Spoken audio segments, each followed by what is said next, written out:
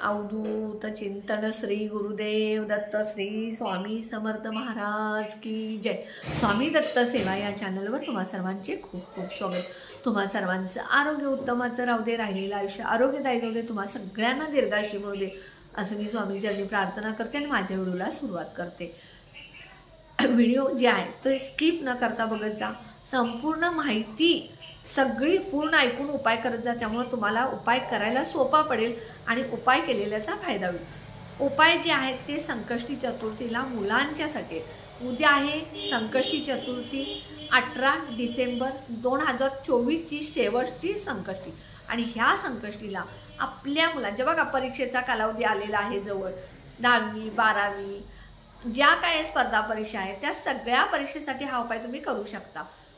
काय करायचं बघा, आपल्या मुलं अभ्यास करत नाही आहेत, केलेला अभ्यास लक्षात राहत नाही आहे किंवा अभ्यासाला टाळाटाळ करतात, चिडचिड करतात अभ्यास करत असताना, किंवा अभ्यास खूप केला आणि परीक्षेला बसल्यानंतर लिहिताना विसरतात, तर यासाठी हा उपाय करायचा आहे। उपाय जो आहे तो तुम्ही मंदिरामध्ये किंवा घरामध्ये केला तरी चालेल, पण उपाय जो आहे तो विद्यार्थ्यांनी स्वतः केला तर खूप चांगला। समजा मुलं ऐकत नाहीयेत, मुलं करत नाहीत, त्यावेळेला आईवडिलांनी करायचा। शक्यतो हे उपाय मुलांकडूनच करून घ्या।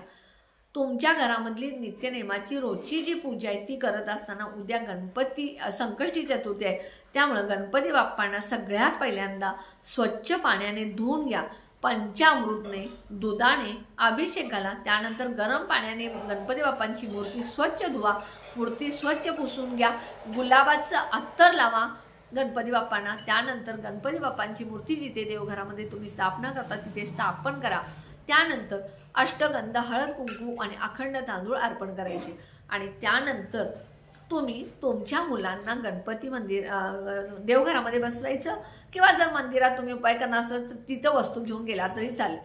21 दुर्वा 21 मूग अखंड हिरवे मूग घ्यायचे, पिवळे नाही, हिरवे मूग घ्यायचे, अखंड असावेत, न किडलेले न तुटलेले असे मूग 21 दुर्वा, 3 काड्या असलेल्याच दुर्वा अखंड घ्यायच्या नाही, दुर्वा निवडून स्वच्छ करून घ्यायच्या आणि 21 अखंड तांदूळ, त्या तांदळाला हळद आणि कुंकू लावलेले, हे तिन्ही वस्तू तुमच्या उजव्या हातामध्ये घ्यायचं आणि त्यानंतर तुम्ही तुमच्या देवघरात बसून गणपती बाप्पांना प्रार्थना करायची। हे गणपती बाप्पा, मी जो अभ्यास करतोय, मी जो वाचतोय किंवा माझा अभ्यासात लक्ष नाही, जे काय आहे ते बोलायचं आणि 11 वेळा गणपती अथर्व शीर्ष म्हणायचं आणि 11व्या वेळेला फलश्रुती म्हणायचं। समजा तुम्हाला गणपती अथर्व शीर्ष येत नसेल तर तुम्ही यूट्यूबला लावायचं आणि त्याबरोबर तुम्ही 11 वेळा म्हटलं तरी चालेल, असं तुम्ही करायचं।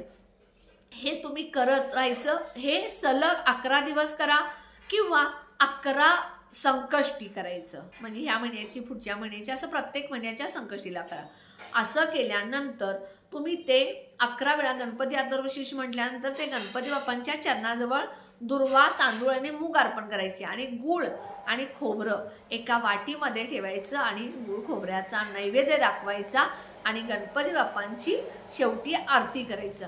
हा उपाय तुम्ही सलग 11 दिवस करू शकता, 21 दिवस करू शकता, 51 दिवस करू शकता किंवा 11 संकष्टी 21 संकष्टी करू शकता। हा उपाय तुम्ही नक्की करा, तुमच्या मुलांच्या अभ्यासात 100% प्रगती होणार, फरक पडणार, ते यश गाठणार, कारण गणपती बाप्पा हे विद्येचे दैवत आहे, त्यामुळे तुम्हाला त्याचं फळ मिळणार। हा उपाय तुम्ही नक्की करा। व्हिडिओ कसा वाटला कमेंटमध्ये सांगा, व्हिडिओला जास्तीत जास्त शेअर करा, लाईक करा, ऑल बटनला क्लिक करा, त्यामुळे माझे छोटे छोटे उपाय सेवा तोडगे कळतील आणि जे कोणी माझा व्हिडिओ नवीन बघत असतील त्यांनी माझ्या व्हिडिओला जास्तीत जास्त सबस्क्राईब करा आणि मी एक तुम्हाला लिंक माझ्या डिस्क्रिप्शन बॉक्समध्ये देते, त्या लिंकवर जाऊन तुम्हाला ज्या गोष्टी हव्या आहेत, ग्रोसरी असेल किंवा अजून काय तुमच्या घरामध्ये मॉप असतील, जे हार्पिक वगैरे ज्या काय गोष्टी असतील त्या सगळ्या तुम्हाला त्या लिंकवरती योग्य दरात मिळतील, त्यामुळे तुम्ही त्या लिंकवरती जाऊन सुद्धा तुम्ही ऑर्डर करू शकता। माझा व्हिडिओ कसा वाटला अजून एकदा तुम्ही कमेंटमध्ये सांगा। श्री स्वामी समर्थ।